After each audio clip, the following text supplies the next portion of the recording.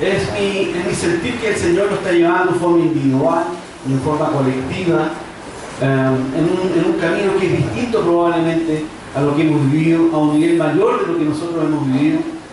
Los sucesos que recordó Gonzalo, que hemos vivido esta mañana, no son por casualidad. No son cosas que Dios no supiera que iban a pasar, son cosas que de alguna forma Dios está permitiendo. Y son situaciones de vida de la humanidad misma que nos han llevado a doblar rodillas, a volver el rostro a Dios y quebrantarnos en oración delante de Dios por la necesidad que muchos de nuestros hermanos, familiares de nuestros hermanos están viviendo. Esa es una de las formas en que Dios nos obliga a buscar su rostro. En este último tiempo Dios de una u otra manera nos ha estado hablando de acercarnos más a Él, de buscarlos más a Él. El tema de la semana pasada también está ligado con esto. No es un tema aparte, no es algo que quedó ahí, es algo que Dios nos está diciendo, quiere que cambiemos. El Señor quiere que aprendamos muchas cosas nuevas en nuestra vida cristiana. Quiere que esa promesa que le hiciste algún día al Señor sea una realidad. Y no lo será si hacemos lo mismo de siempre. Si no entendemos cosas nuevas de lo que Dios tiene para nosotros, si no conocemos más a Dios mismo. Dios espera que aprendamos a amarnos unos a otros. Cuando recordamos la semana pasada, lo único que hay detrás es que Dios espera que aprendamos a amarnos unos a otros. Dios espera que aprendamos a honrarnos y a respetarnos unos a otros, considerándonos mayores que nosotros mismos, entendiendo que todos somos hijos del mismo Padre y no hay ninguno mayor que otro. Dios espera que aprendamos a reconocer en nosotros y a controlar en nosotros ese rey, esa reina que vive adentro y que trata de salir y que cuando sale, créeme que nos pasan cosas buenas. Es una tarea de todos nosotros. Dios quiere que seamos una iglesia de corazón humilde, para que su gloria no sea circunstancial, sino que Dios habita en medio de su pueblo. Dios habita cuando dejamos habitar, cuando no queremos robar la gloria de Dios. No, yo no espero que sea una iglesia que de repente Dios venga, que de repente pasen cosas. Yo quiero que esta iglesia sea el hábitat de Dios, que Dios viva aquí. Y cuando entremos a este lugar, Él ya haya llegado, que se sienta la presencia de Dios constantemente. Y la soberbia que hablamos el domingo pasado es totalmente contrario a eso. Y por eso es tan importante que cada uno haya escudriñado su corazón. Y es mi fe, mi esperanza, que lo que hablamos el domingo pasado, ustedes hayan seguido buscando como yo lo sigo haciendo. Señor, muéstrame las cosas que en mí tienen que cambiar. Durante mi primera semana de vacaciones, como les comenté el domingo pasado, en estos tiempos de reflexión y búsqueda de Dios, seguí buscando al Señor porque había entendido el tema de la soberbia. Lo entendí para mi vida, después lo entendí para la iglesia, pero en un momento Dios comenzó a colocar sentimientos, versículos, situaciones que se viven acá, o familiares, recuerdos de conversaciones, que de alguna manera me parecían que no correspondían al mismo tema, pero eran tan parecidos. Eran tan parecidos que no sabía si Dios me estaba hablando lo mismo o realmente era algo distinto que quería manifestarme, que lo pudiera entender. Fue entonces como lo que pasa muchas veces cuando no entiendo mucho lo que Dios está tratando de hacer y de decir, me empecé a preguntar, Señor, ¿eres tú? ¿O soy yo? ¿Soy yo, mi humanidad, que ve esto? Entonces se me ocurre que tiene que hablar de esto y esto otro. ¿O eres tú, Señor? Dios solo no respondió a mi oración, sino que con toda claridad y en forma absoluta me dio entendimiento de lo que estaba recibiendo. Y aún así, batallé con Dios. Y batallé con Dios porque lo que escuchaba era algo que más de una oportunidad ya era compartido aquí en la iglesia. Y uno empieza a pensar, pucha, qué lata. Vamos a orar algo más o lo mismo. Yo sé que más de la mitad ya lo escuchó. Pero no sé si conoce esa voz de Dios que es persistente. Y seguía el pensamiento ahí hasta que claramente me dijo, hazlo. Tienen que saber, tienen que conocer y tienen que entender lo que yo quiero expresar para que puedan entender y haya cambio en sus vidas. Durante la semana, esta semana, aparte de las situaciones que todos saben, viví 2 episodios que lo único que hicieron confirmar, tengo que hablar, es Dios. Esta palabra es de Dios. Voy a hablar esta mañana de un pariente muy cercano a la soberbia y la altivez, y ese era el motivo por el cual se me confundían las cosas. Podríamos decir una prima hermana, y digo prima hermana porque no es masculino, femenino. Vamos a hablar de la infidelidad. Esta mañana vamos a hablar de la infidelidad. La infidelidad es contraria a la naturaleza de Dios porque Dios es fiel. Dios no puede ser infiel, Él no puede. Su naturaleza es fiel, aunque Él quisiera ser infiel, no puede, no le nace, no se le ocurre. ¿Cómo podría explicártelo con palabras humanas? Pero Dios es fiel. Y como es contrario a la naturaleza de Dios, al igual que la soberbia provoca grandes conflictos en quienes tenemos y experimentamos o tenemos actitudes de infidelidad, con conflictos personales, pero sobre todo ataca mucho a la iglesia. La infidelidad daña a toda la iglesia. Y por eso esta vez que Dios fue tan persistente, habla de esto. Dios nos está preparando para algo mayor, pero hay cosas que tienen que morir, hay cosas que tienen que cambiar. Dios quiere que seamos fieles. La fidelidad es una virtud, es un fruto espiritual que tenemos que buscar, tenemos que pedir al Señor. Y para ello es necesario que conozcamos qué es la fidelidad y entendamos la fidelidad y nos demos cuenta si tenemos problemas en esa área. Si no, jamás ni siquiera oraremos. Yo no voy a pedirle a Dios algo que no entiendo, algo que yo pienso que estoy súper bien. ¿Para qué se lo voy a pedir? Y la verdad es que Dios quiere que entendamos cómo se manifiesta la infidelidad en mi vida, en tu vida, en tu vida. Es tan complejo el tema de la infidelidad porque vivimos en un mundo, hoy día vivimos en un país, yo no quiero hablar del mundo, quiero hablar de nuestro país. Vivimos en un país y estamos viviendo cosas muy impresionantes en distintas áreas de la vida. Si tan solo pudiéramos retroceder alrededor del tiempo 15, 20 años atrás, hay temas que ni siquiera existían y hoy día están en pleno apogeo, están en todos los medios de comunicación, pareciera ser que es lo que está abarcando toda la agenda, hoy día se dice la agenda, está llena de esto, y nos está afectando como sociedad. Y cuando uno empieza a ver qué es lo que hay detrás, el tema esta mañana tiene especial relevancia, porque lo que hay detrás de lo que estamos viviendo como sociedad y como país, tiene una sola palabra, es infidelidad. La infidelidad ha cruzado transversalmente nuestra sociedad. Y hemos llegado a un punto que parece que es una conducta normal. Es normal ser infiel. Parece que fuera deseable, moderno y progresista. Entonces yo quiero hacer eso. La realidad es que en la actualidad la mayor parte de las personas han adoptado un estilo de vida que es muy contrario a lo que Dios quiere, a lo que un cristiano debería hacer. Son estilos de vida centrados en sí mismos. Un estilo de vida de acuerdo a los deseos, los planes, las pasiones, lo que yo quiero, lo que yo necesito, lo que a mí me conviene. Con nada o muy poco de compromiso. No es totalmente contrario a lo que significa fidelidad. Los cristianos no estamos exentos de esto. La verdad es que cuando somos cristianos, al hacernos cristianos, no le damos la virtud de la fidelidad. Tenemos que buscarla, tenemos que pedirle, tenemos que hacer cambios en nuestras vidas.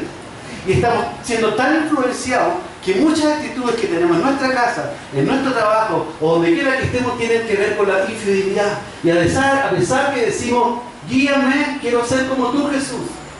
Pero nuestras acciones muchas veces no reflejan eso. Prácticamente no hay área de la vida en que la infidelidad no esté permeando. Quiero que piense brevemente en el área laboral. Alcancé a vivir la primera etapa de mi vida laboral secular, porque hoy día también trabajo, soy pastor, pero trabajo. Cuando todavía era apreciable estar en un trabajo, todavía se llegaba a pensar esto puede ser para toda la vida, donde tanto empleados como empleadores se sentían súper bien de ser parte de un algo. Había fidelidad.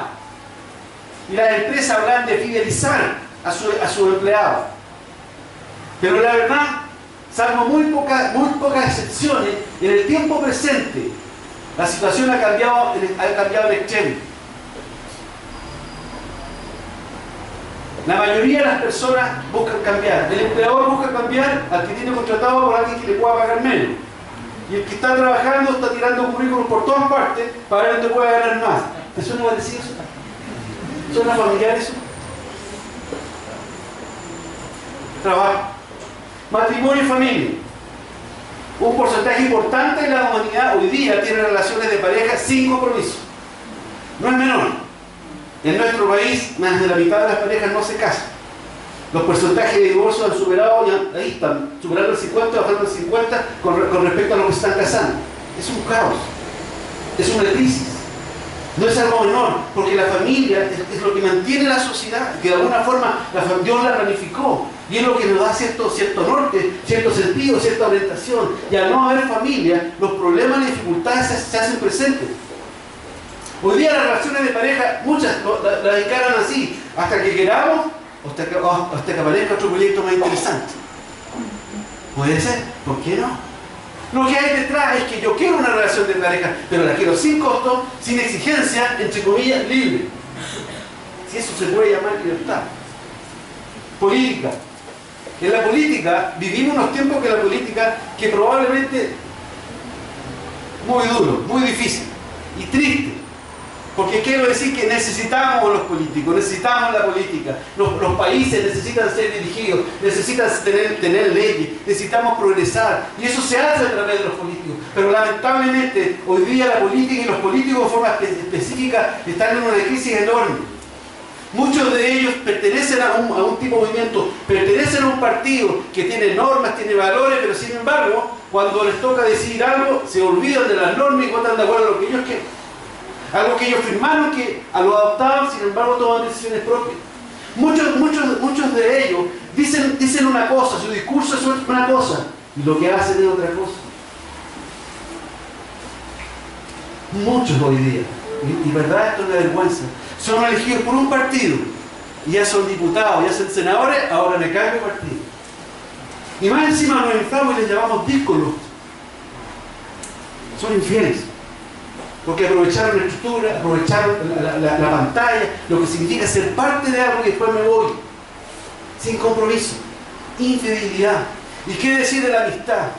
La amistad, hoy se le dice amigo al que conocemos un poco más que el resto. No existe el concepto de amistad, que significa compartir vida. Eso es la amistad, compartir vida, compartir experiencias, momentos felices, momentos tristes. Hoy se llama amigo por aquella persona que chateas. Hoy se llama amigo en contacto con la cámara. Yo sé que no todo el mundo es así, pero muchos practican ese tipo de amistad. No existe, como decía, este momento más profundo de decir yo soy parte, tú eres parte de mi vida, yo soy parte de tu vida. Muchos en estos tipos de diálogos de amistad a través de la tecnología queda totalmente excepto a las emociones humanas, quedan fuera. No hay tacto, no hay abrazo, no se puede palpar la brisa. Tiempo atrás hicimos una reunión acá en la iglesia por un problema que había. Y una de las personas participó por estos sistemitas. Físicamente estaba ahí y se veía. Pero con toda seguridad no pudo entender lo que estaba pasando, porque no se puede. No es que no quiso, no se puede. La amistad es mucho más que eso. Y vas a además si te escriben algo, te colocan una foto que no te gusta, lo borro, lo bloqueo, chao, se acabó. La mayor parte de las amistades de hoy duran menos que un helado. Piensa, ¿cuánto dura un helado? Detrás de todo lo que yo estoy relatando brevemente, y que nos tiene en un periodo de crisis, en mi opinión, una de las más grandes que estamos viviendo, está solamente un problema. Hay un problema en el corazón del ser humano. Hay un problema de falta de compromiso, hay un problema de fidelidad. ¿Pero qué es la fidelidad? ¿Qué es la fidelidad? ¿Quién me puede decir qué es la fidelidad? Fidelidad, ¿qué quiere decir fidelidad? Arriéndense. Vamos, a ver qué se entiende con fidelidad. Nadie. Incondicionalidad. ¿Ya? Compromiso. Compromiso. Permanencia. Integridad. Ok. Voy a leer esta es una definición que encontré común y corriente. Dice, pero me encantó, porque creo que refleja básicamente los componentes de la fidelidad. Dice esto: firmeza y constancia en afectos, ideas, ahí cae la fe, en ideas, en las obligaciones y en el cumplimiento de los compromisos adquiridos. Fíjense que tiene dos facetas: lo que yo siento, pienso, abstracto, y lo concreto, lo que hago. Así que la fidelidad no es una cosa así en el aire, solamente una parte. Yo creo en Dios, sí, bueno, pero esto tiene que tener una consecuencia. La fidelidad, se lo vuelvo, es la firmeza, la constancia, los afectos, las ideas y obligaciones, y el cumplimiento de los compromisos adquiridos. Pero desde el punto de vista bíblico, la fidelidad tiene además otra acepción. Cuando digo otra acepción, no significa que es distinta, significa que además de eso, hay algo más que nos dice la Escritura con respecto a la fidelidad. Y bíblicamente, la fidelidad es la forma en que yo administro lo que me ha sido dado. lo que me ha sido solicitado, lo que me fue entregado, lo que me fue regalado. La fidelidad bíblica tiene que ver con el concepto de mi responsabilidad frente al encargo que me hicieron, frente al compromiso que adquirí. ¿Se fijan que hay algo más? No solamente se trata de guardar, hacer lo que se espera, sino que tiene que ver con que yo soy responsable con lo que a mí me pasaron, lo que me dieron las manos. ¿Lo entienden? Quiero dar un ejemplo para clarificar. La Biblia dice que los cristianos somos fieles cuando hacemos la voluntad de Dios, ¿sí o no? ¿O somos fieles cuando desobedecemos a Dios? La Biblia dice que los cristianos son fieles cuando hacen la voluntad de Dios. Pero, como yo decía, no es solo palabras, sino que es práctica. Por ejemplo, somos fieles a Dios cuando oramos porque Dios dice que tenemos que orar. Cuando nos congregamos porque Dios dice que debemos reunirnos. Cuando perdonamos porque Dios nos manda a perdonar. Cuando ofrendamos y diezmamos porque Dios dice que tenemos que hacerlo. Cuando somos misericordiosos, cuando amamos, cuando evangelizamos. Se dan cuenta de la fidelidad según Dios no es mística, sino que es absolutamente concreta. La fidelidad según Dios es cuando obedecemos y cumplimos lo que Dios nos pide, lo que Dios dijo que hiciéramos. Eso es la fidelidad bíblica. Quiero darte un ejemplo. La parábola de los talentos y las 10 vírgenes.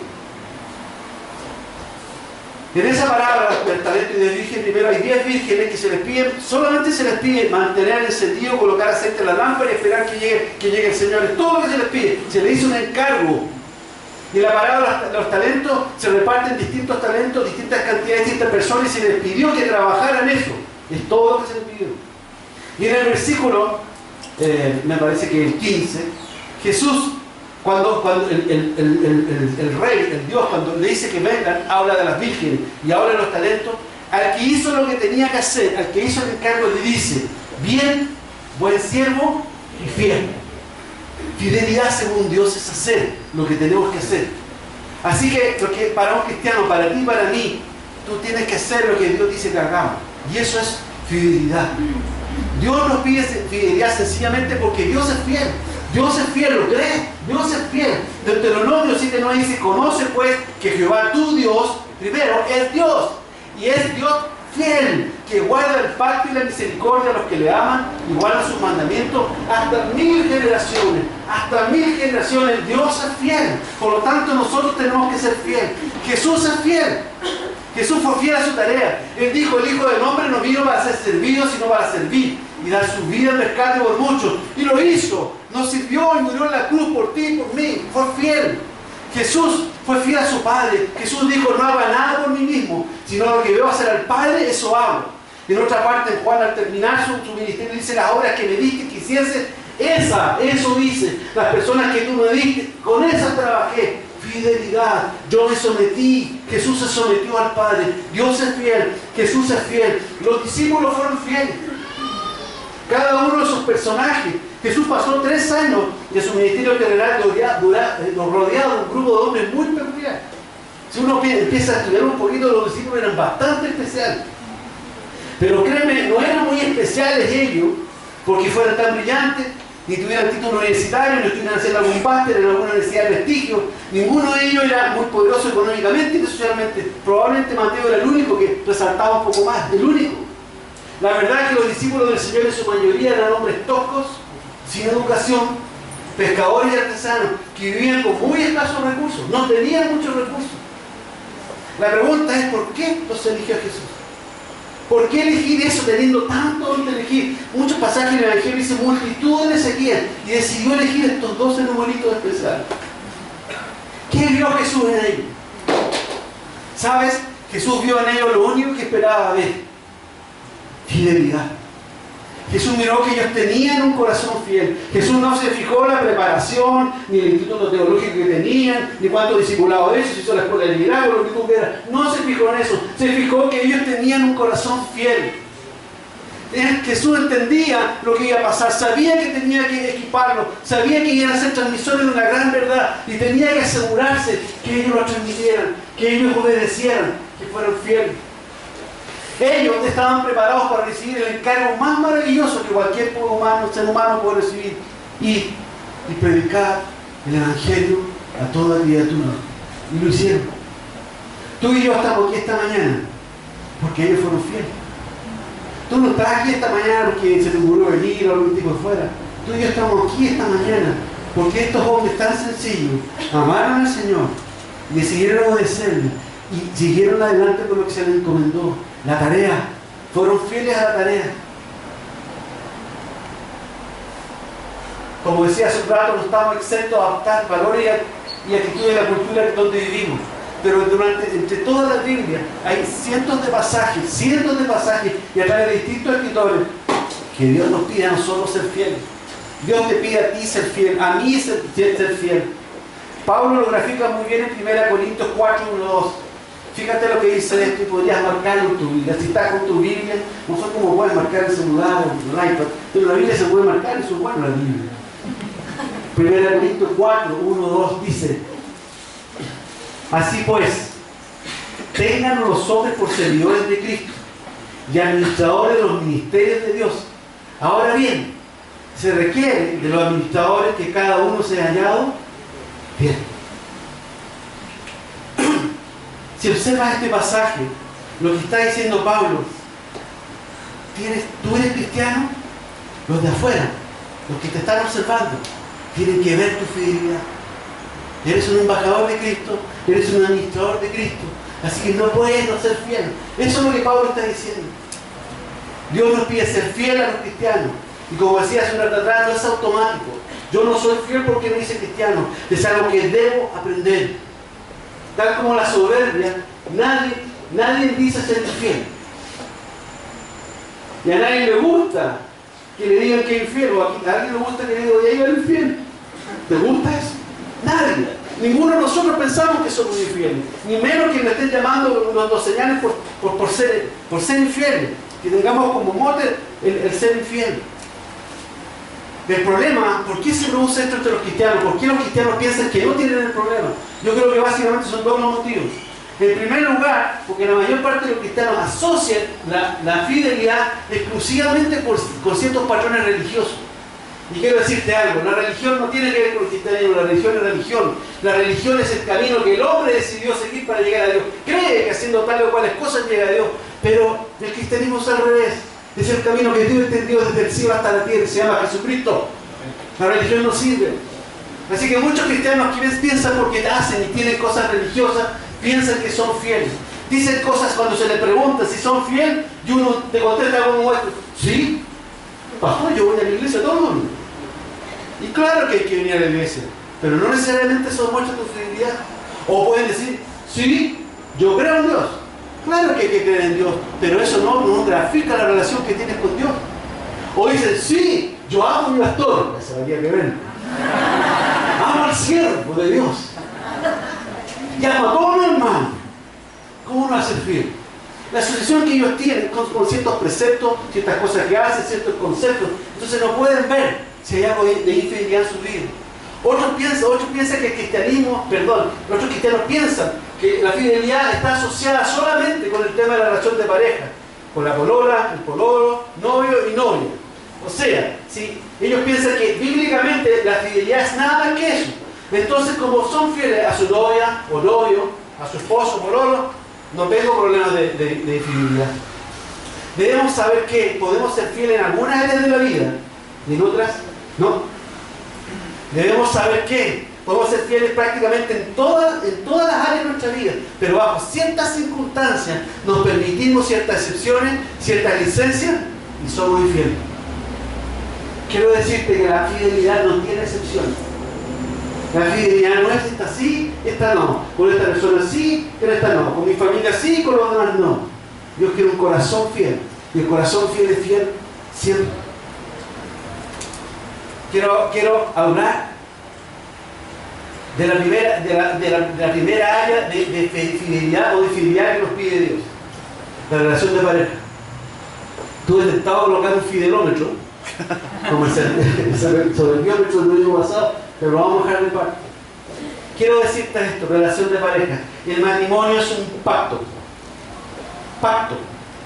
Un pacto es un acuerdo entre dos personas que está sellado y no se acaba. El matrimonio es un pacto. Y es un pacto entre un hombre y una mujer. Y es para toda la vida. Para toda la vida. Y que fue instituido por Dios, y eso es lo que enseña la Escritura. Mi Biblia dice eso. Todavía no encuentro ninguna otra Biblia que diga algo distinto. Lucas 19, 4 al 6, dice lo siguiente. Lucas 19, del 4 al 6. El pasaje está en el contexto cuando le preguntan personas a Jesús sobre el divorcio. Que por qué Moisés permitió el divorcio. Ese es el contexto.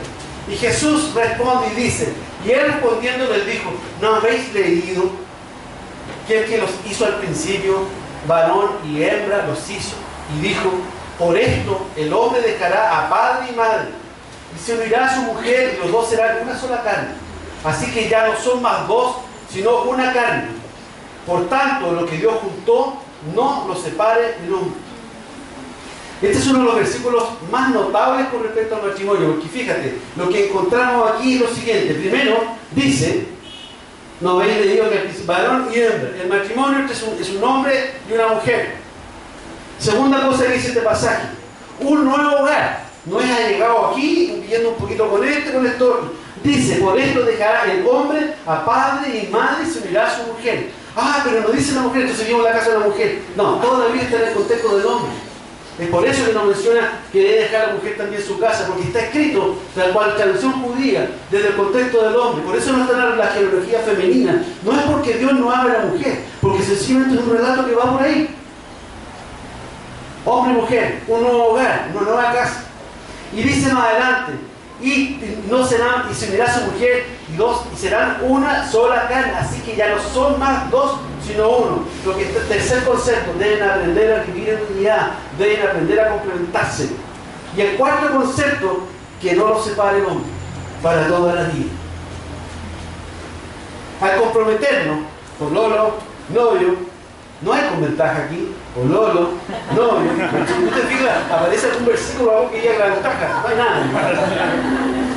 Al comprometernos y luego casarnos, estamos diciendo que la persona escogida es única para mí, no habrá otra. Estamos diciendo que ocupará un lugar que nadie más ocupará. La estamos llamando por un nombre que nadie más merece llamarse.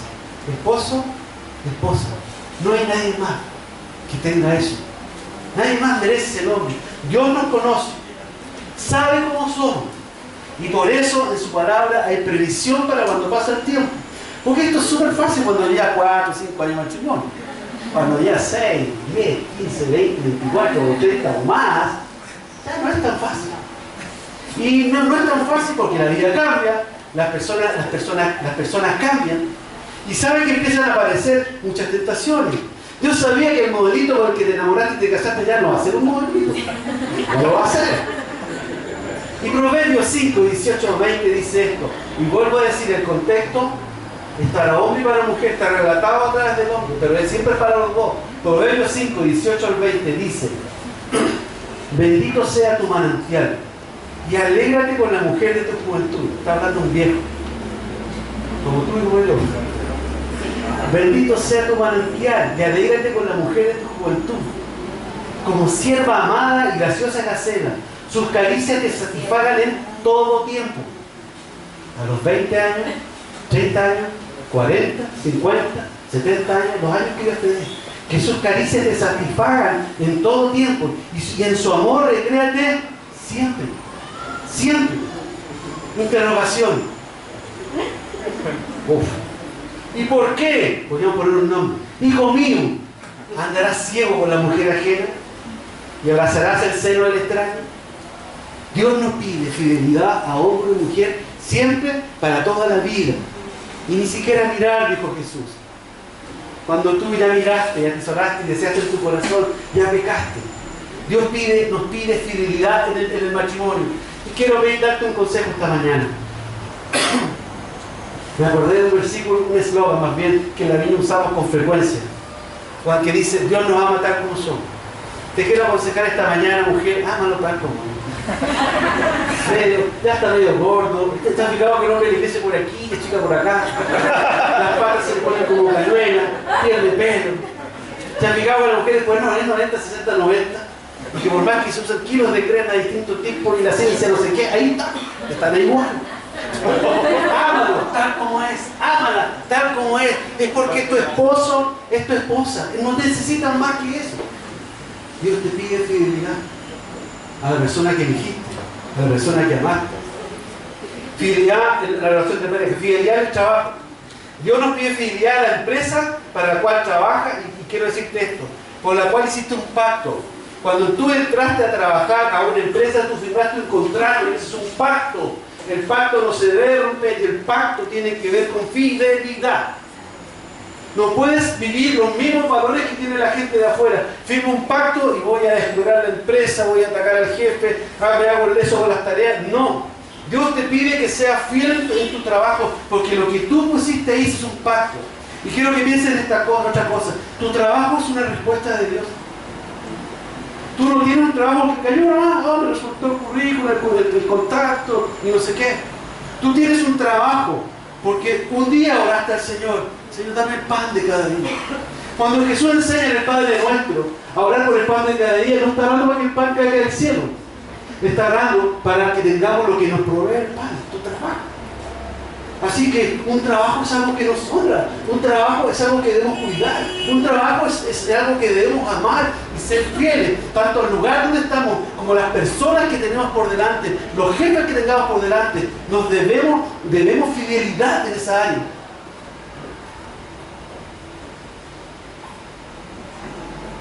Uno escucha con frecuencia decir esto: es que tú no conoces el jefe que yo tengo. La empresa que yo tengo. Quiero decirte que si alguien piensa así, lo primero que tendría que ser: renuncia. ¿Por qué estás ahí? Si tu jefe está malvado y la empresa está mal, ¿por qué estás ahí? Si estás ahí es porque aceptaste las condiciones y deberás dar lo mejor. Hay una trampa muy común entre los cristianos. Piensa que la fidelidad sí se puede aplicar cuando a quien le debo fidelidad es bueno, o es correcto, es perfecto. Nunca en la Escritura tú encontrarás un pasaje que diga que sean fieles siempre y cuando pase esto. No. Así que cuidado con eso. Si alguien tiene aquí esta mañana problemas con el trabajo, quiero que te acuerdes de la historia de José. Quiero que te acuerdes qué tipo de jefe era Faraón, qué tipo de jefe era Potifar y qué fue lo que pasó. Él fue fiel. Lo único que ve transversalmente en la vida de José: un hombre fiel. Fue fiel a quien lo metió en la casa, fue fiel en aquel que mintió, fue fiel. Y Dios lo levantó. Fidelidad con las relaciones de amistad. El concepto de amistad tiene que ver con una relación en la Biblia, es una relación, es un concepto, como decía, de compartir. Compartimos la felicidad, compartimos el dolor, compartimos los tiempos que las personas tienen problemas, cuando tienen complicaciones, como cuando son exitosas, cuando son entrevistados en la televisión. No importa cómo tú estés viviendo, yo soy tu amigo, yo soy tu amiga y yo lo voy a compartir. Eso tiene que ver con amistad. Jesús fue el gran ejemplo de amistad. Cuando en Juan 15:15, quiero que te llame la atención en Juan 15:15, cuando Jesús dice esto, no lo dijo con alguien que viene conociendo, Jesús lo dijo con alguien que llevaba 3 años compartiendo todo. Ahí hay amistad. Sabiendo Jesús, ya no los llamaré más siervos, sino los llamaré amigos.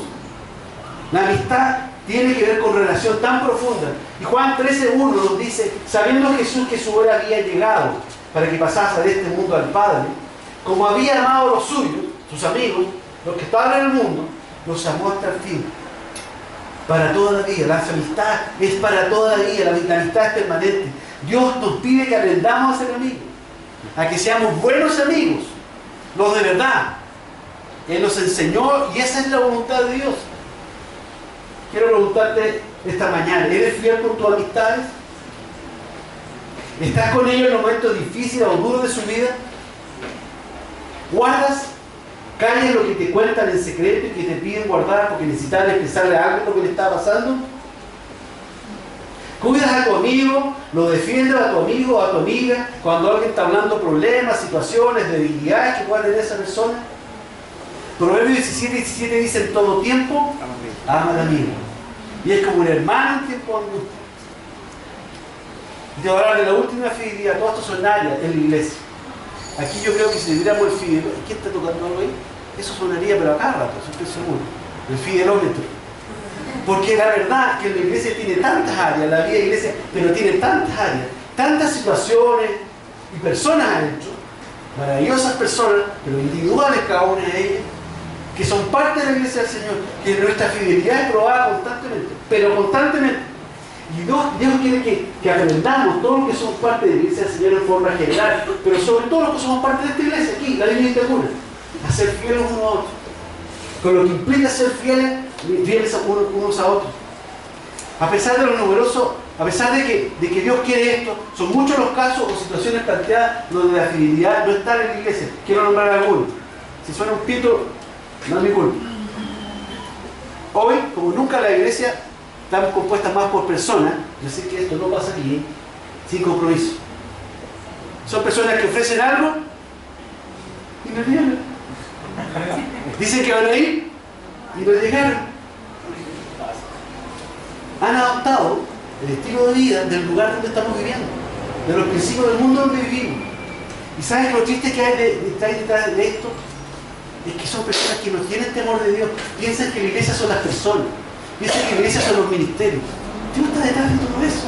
Así que cuando se hace eso, lo que se está haciendo, aparte de ser fiel a las personas que entendieron una tarea, te encomendaron algo, es una fidelidad a Dios mismo. Y eso es lo que tenemos que tener cuidado con eso. Otro tipo de cristianos que están en las iglesias son aquellos que dicen que tienen mucho compromiso con Dios, pero con la iglesia no, el compromiso es con Dios. Yo trato con el jefe, yo trato con el jefe, no con ustedes. Acá, yo voy arriba, eso es una mezcla también de soberbia. Y la verdad es que también ignoran que la iglesia es una idea de Dios, y el cuerpo de Cristo, donde cada cual ocupa su lugar, donde todos trabajamos juntos para extender el reino de Dios, donde nos bendecimos unos a otros, donde tus dones me bendicen a mí, donde mis dones te bendicen a ti. Nunca llegaremos a ser lo que somos, lo que Dios tiene, si no es por la iglesia, sino por la persona que está a tu lado. Mira a la persona que está a tu lado y dile: tu vida me bendice, tus dones me bendicen, el Dios que vive en ti me bendice. Dile eso. Oye, no nos aprovechemos, están dando unos besos por detrás.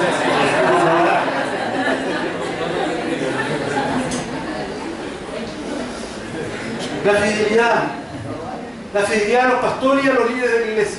Quiero hablar un poquito de eso. Varios cristianos carecen de sentido de fidelidad a lo que Dios pide hacia los pastores y líderes. Algunos murmuran de los pastores y los líderes. Otros, en el entorno de una situación de trabajo, les cuentan algo que van a hacer y van para afuera, le tiran para afuera.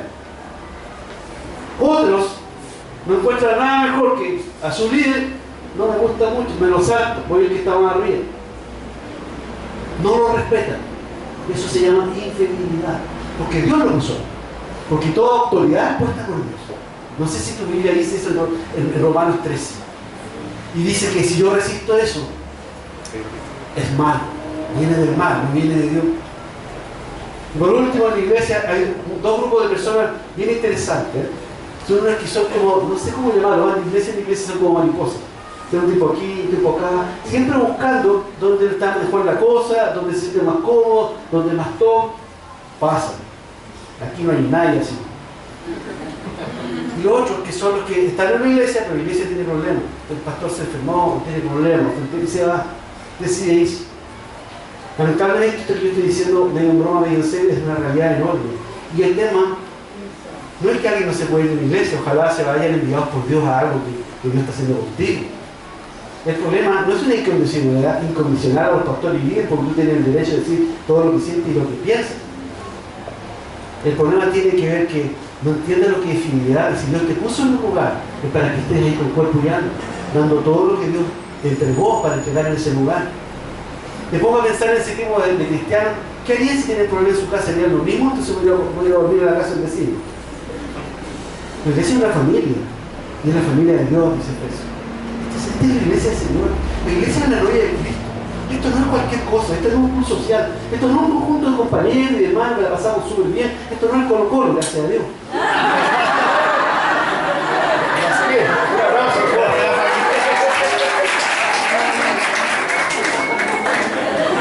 Ya estaba esperando.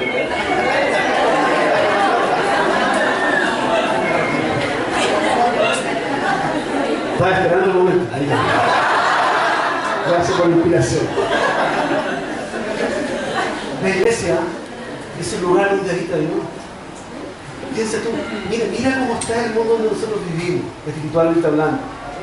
¿Cómo va a poder habitar ahí si no habita acá? Dios está aquí. Esta es la idea de Dios, la novia de Cristo, y como tal debemos, y Dios nos pide fidelidad y dar lo mejor que tengamos, y darlo de todo corazón.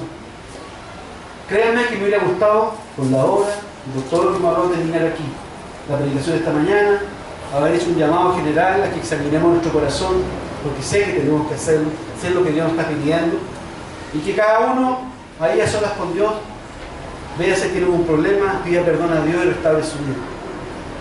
Pero la verdad es que no puedo hacerlo, porque al iniciar la predicación de esta mañana, cuando lo primero que dije, que es mi sentir que Dios nos quiere llevar a un nivel espiritual mayor, un nivel más alto. Dios quiere llevarnos a una relación más real, más honesta y más cercana con Dios. Dios no quiere religión, Dios nos quiere a nosotros. Quiere tu vida, quiere tu corazón, quiere tus pensamientos, quiere que seamos más como Jesús. Basta al discípulo ser como el maestro de Jesús. Y Dios quiere que eso sea una realidad para cada uno de nosotros. Y la verdad que la predicación de esta mañana no está completa. Si no hablo brevemente de un complemento de la fidelidad, no debiera para un cristiano. Tal vez en el mundo secular pueden separarse, pero para un cristiano no puede ir separado. Tengo que hablar de la lealtad. Porque fidelidad y lealtad no son lo mismo. Parecen muy parecidos y a lo mejor tú lo ocupas como lo mismo, pero no son lo mismo. Tengo que decirte que son dos cosas absolutamente distintas. La lealtad tiene un estándar mayor, un nivel más alto de la fidelidad. Tú puedes ser súper fiel, pero no necesariamente puedes ser leal. ¿Qué es la lealtad? La lealtad es un amor incondicional a quien nos entregó el encargo. Si Dios nos dice que debemos orar, Él nos entregó el encargo. La fidelidad es que oren. El amar al que lo dijo, esa es la lealtad. La lealtad es el amor incondicional a quien nos entregó el encargo, a quien confió en nosotros. Él me hizo líder, Él me hizo equipo. Tengo que amar a esa persona. Tengo que amar a quien delegó algo preciado que para Él. Él delegó autoridad, delegó algo que podría haberlo hecho Él y decidió pasarlo a nosotros. Dios decidió pasarnos muchas cosas a nosotros. Tengo que ser leal a Dios. La lealtad tiene que ver con un afecto profundo a quien está sobre ti, sobre mí. Eso es la lealtad. El término lealtad incluye la fidelidad y expresa un sentimiento profundo de admiración, de respeto, de honra hacia una persona, hacia el compromiso, hacia la comunidad, hacia los valores, a cualquier tipo de cosas, pero es más profundo que el hacer la tarea. No tiene que ver con hacer la tarea. No tiene que ver con que sea un nivel de ministerio. Mi ministerio lo hago bien. No tiene que ver con eso.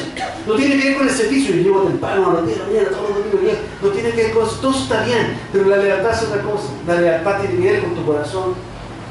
Por ejemplo, somos leales a Dios cuando sentimos no perdonar. No perdonamos. ¿Cuántos de nosotros nos hemos visto en situaciones de vida y esta persona terrible me dañó? Yo ni en lugar de perdonar le di, le pegué un palo en la cabeza. ¿Cuántas veces nos pasa eso? Pero sin embargo, porque amamos a Dios y Él me dice que tengo que perdonar, yo perdono. Porque amo a Dios, está sobre la tarea. Porque amo a Dios, voy y perdono. Somos leales cuando no murmuramos por amor a Cristo, aunque tendríamos todo este argumento para decir algo, pero decidimos, no lo hacemos. Lealtad. Somos leales cuando honramos y levantamos a otros por amor a Cristo en lugar de levantar a nosotros mismos. Yo voy a ir por esta persona, le voy a dar espacio a esta persona, voy a defender a esta persona. Somos leales cuando callamos y renunciamos a justicia por amor a Cristo. Yo debiera tomar esto en mis manos. Yo debiera hacer justicia. Que Dios lo justo espera. Mira la venganza, dice el Señor. Deja que Dios te defienda. Por amor a Él, callamos. En la iglesia la lealtad reviste demasiada importancia, porque quiero que pienses en esto, la obra de Dios en las personas, en el mundo, y en la iglesia, impide que la gloria de Dios corra, impide que Dios habite. Cuando una iglesia está compuesta con gente que no es leal, puede ser muy fiel, no es leal, el Espíritu de Dios es constreñido, no hay corazón, no hay una verdad profunda, y es lo que Dios tiene que cambiar en cada uno de nosotros. No un poco cristiano encuentra su mayor dificultad para poder guardarse en la fidelidad y la lealtad. ¿Y sabe lo que pasa? Rompe la unidad espiritual de la iglesia. Hay una crisis en la unidad espiritual de la iglesia. Y cuando no están todos juntos, unánimes, el Espíritu de Dios se comprime. Podemos cumplir los encargos del pastor, ser fiel, pero no hacerlo con el corazón correcto. Podemos ser fieles en el dar, pero no ser leales en nuestro corazón. La motivación no es correcta. Doy para que sepan cuánto doy. Cuando Dios dice, da en obediencia, da con gratitud, da con un corazón alegre. Eso sería leal. Podemos decir, creer, buscar la voluntad de Dios. Fidelidad, eso nos pide Dios. Pero tengo una agenda propia. Lo hago tratando de encontrar lo que yo quiero que pase. De lealtad. Debemos recordar una vez más que fiel es cumplir el encargo, leal es amar a quien le da el encargo. Quiero terminar diciéndote que la Escritura habla profundamente de este problema de nosotros los seres humanos. Hay toda una historia que realmente la primera vez que lo vi impactó grandemente en mi vida. Porque empezó a abrir un poco mi entendimiento y a darme cuenta, Leo, tú tienes un problema. En la Biblia nos hablan de unos personajes que tenían, bueno, yo creo que demostraron una increíble fidelidad. Pocas veces te encuentras con personas que han sido tan, pero tan fieles. En Primera de Crónicas de 2, del 13 al 16, describe la descendencia de Isaí. Isaí fue el padre de David, y más tarde llegó a ser rey, el rey de Israel. De ahí estamos hablando. Y cuando describe la descendencia de David, menciona a cada uno, la descendencia de Isaí, menciona a David y a cada uno de sus hermanos, y menciona a dos mujeres. Una de ellas se llamaba Sarbia. Sarbia tuvo 3 hijos, Abisai, Joab y Asael. En Primera de Crónicas 11, 4 al 6, encontramos mucho de la historia. En todos estos pasajes de Primera de Crónicas vemos a Joab y a Abisai que siempre estuvieron con David. Asael, el tercer hermano, murió tempranamente, siendo muy joven. Así que estos dos hermanos siempre estuvieron con David. Cuando David fue perseguido y tuvo que ir al exilio, lo acompañaron, lo defendieron. Estos fueron los que habitaron en cuevas. No sé si han leído estos pasajes. Fueron los que habitaron en cuevas. Expusieron su vida una y otra vez por David cuando David no era rey. Cuando no tenía gloria atrás de él, cuando había ningún interés. ¿Quién podría discutir la fidelidad que había en el corazón de Joab y Abisai? Ellos fueron fieles, tomaron muchas ciudades, eran guerreros fieles, tomaron muchas ciudades y se las entregaron al rey. Eran excelentes estrategas, sabían derrotar los ejércitos enemigos. Es interesantísima la historia que pueden encontrar en primera de Crónicas y Segunda de Crónicas, que habla de estos personajes. Ellos decidieron renunciar a la gloria para que David llevara la gloria. ¡Wow! ¡Qué hombres más fieles! Ellos protegieron a David de muchos peligros, arriesgaron sus vidas, fueron esforzados en defenderlo. Ellos decidieron que nunca más David, ahora que era rey, iba a poder salir a la guerra. Ellos iban a dar la guerra. Fieles. Realmente fieles.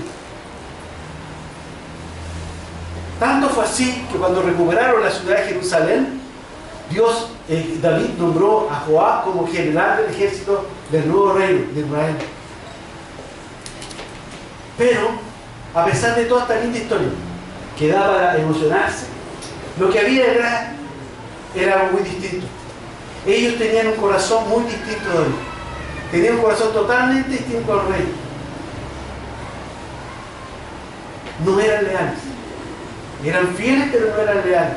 Primera Samuel, el relato de Primera Samuel del 26, 7 al 8, nos dice que hay un episodio en que David pudo haber matado al rey Saúl, que lo perseguía para matarlo a él. Y David decide, todavía no era rey, decide no matar al rey porque tuvo temor de tocar al rey porque era el ungido de Dios. Pero sabiendo esto, Abisai igual quiso matar al rey, igual quiso matar. Sabía a quién obedecía, a quién él era fiel, no quería eso, él trató de ser leal e intentó, propuso la idea a su hermano, matemos igual a Saúl. Los hijos de Sarbia, la hermana de David, siempre andaban tramando venganza.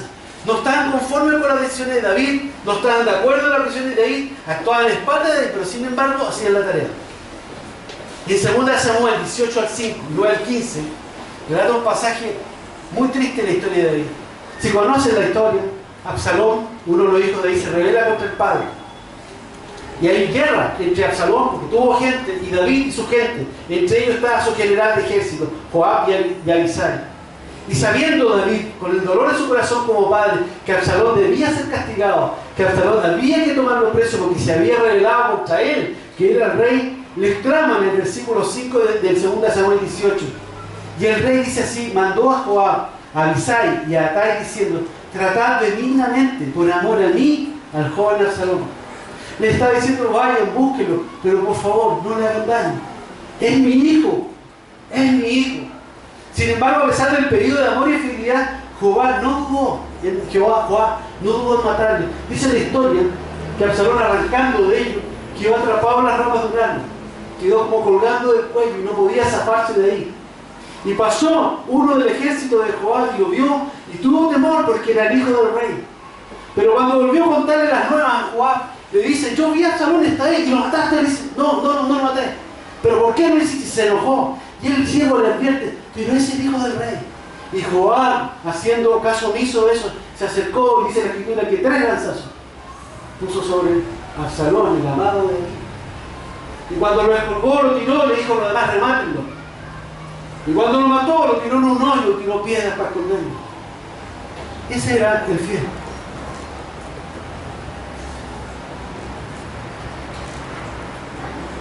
Hombres fieles, pero desleales.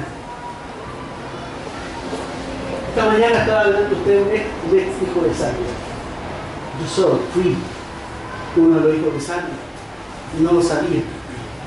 Hace unos años atrás, llevaba dos años en la Viña de Las Condes. Y yo escuchaba a mi pastor, Robles, que predicaba, y él siempre predicaba lo que Dios le ha dado. Una misión que él tenía de plantar la iglesia. Nosotros somos fruto de esta misión, de plantar la iglesia. Y yo había llegado 2 años a la iglesia y yo venía de misiones. Y miraba la Viña de Las Condes y la Viña de Las Condes no había misiones. Entonces yo decía, incluso lo comencé a decir: aquí hay que hacer algo con misiones. Y me acuerdo que presioné muchas veces al pastor Roy para que hiciéramos misión. Una vez le di un álbum de fotos para que viera las cosas que hacíamos. Ni ahí, nada. Yo me lo guardé, estaba esperando el momento para que mi agenda propia saliera a la luz, para tener fruto. Y mientras tanto servía. En ese tiempo estaba acá discipulado bajo el liderazgo de Deli. En ese tiempo teníamos un grupo de matrimonio con Ceci. Cada vez miraba y decía: este hombre, qué hombre más fiel, qué hombre más leal. Pero mi corazón tenía un problema. Y lo recuerdo perfectamente un día domingo. El pastor Roy estaba predicando sobre plantar la iglesia. Y yo estaba pensando, mientras él predicaba, otra vez está predicando lo mismo. ¿Cuándo va a ser el tiempo que llegue la misión a esta iglesia? Estaba en eso cuando el Espíritu Santo me habló. Y me dijo esto: tú tienes que amar lo que Él ama. Tú tienes que amar a ese hombre. La presencia de Dios fue tan fuerte que me puse a llorar. Y por primera vez en mi vida descubrí que no era leal, que era un hijo de sangre, podía servir, pero mi corazón no estaba ahí. Quiero que pongamos una canción de Perita, ya está bien ahora, por favor. Cuando inicié la predicación dije algo.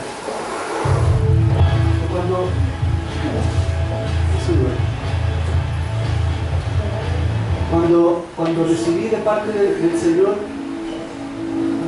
la palabra por el caso de la soberbia, más bajito por favor, de la infidelidad, se me confundía y decía: Señor, ¿qué es lo que es?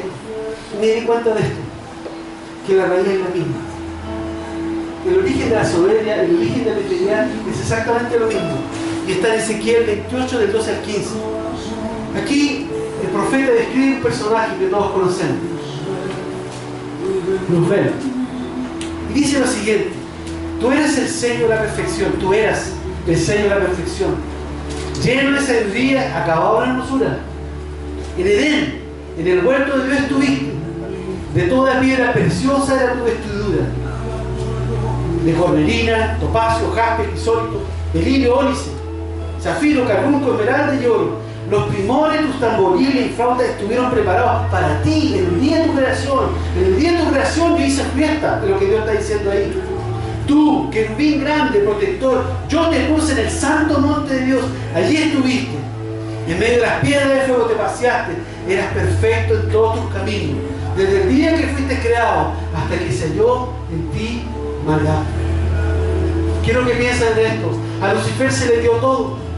No hay nada que él no tuviera. Era la creación más grande. Después de la divinidad venía él. Era el querubín grande protector. Los querubines se mueven en el trono de Dios. Cuando tú buscas a los profetas, siempre están sobre el trono. Podían entrar al lugar mismo, a la presencia misma de Dios. Él no tenía todo lo que tú has anhelado. Él lo tenía. Era el más hermoso. Tenía autoridad y poder sobre el resto. Era grande, era protector. Lo único que Dios le pedía: sean fieles fiel. Séme fiel.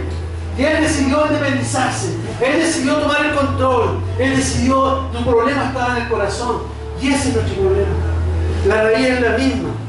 Él decidió seguir sus impulsos, sus deseos, sus planes. Fue infiel. Quise colocar esta canción para terminar la predicación de esta mañana. Podemos volver atrás, por favor.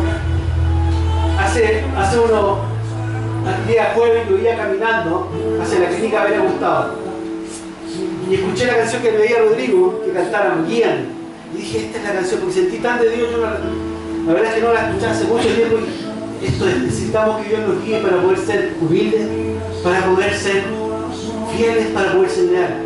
Y me quedé tranquilo, llamé ese momento, llamé en el auto, llamé a Rodrigo y dije, Rodrigo, ¿por qué no me para esa canción? Y yo estaba tranquilo hasta ayer en la mañana. A las 2 de la tarde estábamos aquí, 2:30, así, terminando la reunión de líderes. Y estaba orando aquí, estábamos todos los líderes y yo estaba sentado aquí. Estaba orando y empecé a sentir una presencia de Dios tan fuerte. Me encanta cuando viene Dios y empieza a tocar. Yo no sé si tú disfrutas eso. Estaba ahí, me empecé a cantar, me empecé a llorar. Y el Señor trajo una canción ahí en mente. Esta canción que tú estás escuchando. Para mí es tan antigua que ni siquiera me acordaba la letra de la canción. Y pesqué la guitarra, estaba André y traté de sacarla. Y lo único que me acordaba era un poco del coro. Y me quedó dando vueltas. Y me fui para la casa y ayer en la tarde empecé a terminar la predicación.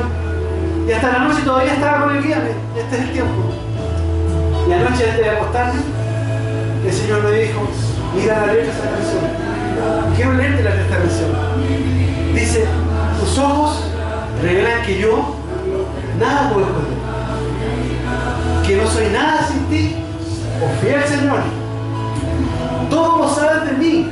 Cuando miras el corazón, todo lo puedes ver muy dentro de mí. En la profundidad lo puedes ver. Llevas mi vida a una sola verdad. Cuando me miras, nada puedo ocultar. Y el coro dice, sé que es tu fidelidad que lleva mi vida más allá de lo que puedo imaginar. Sé que no puedo negar que tu mirada puesta en mí me llena de tu paz. Si la podemos volver atrás, porque hay paso para la canción. ¿Sabes qué voy a decir esta mañana? Que podemos parecer muchas cosas tú y yo, pero solamente Dios conoce tu corazón. Y si el Señor esta mañana está hablando tu corazón, te ha mostrado cosas como me habló a mí cuando me dijo tú tienes que amarlo que el alma. Esa voz de Dios es cuando Dios habla y tú sabes que es Él. Si Dios te hablaba esta mañana, te llamo a arrepentimiento.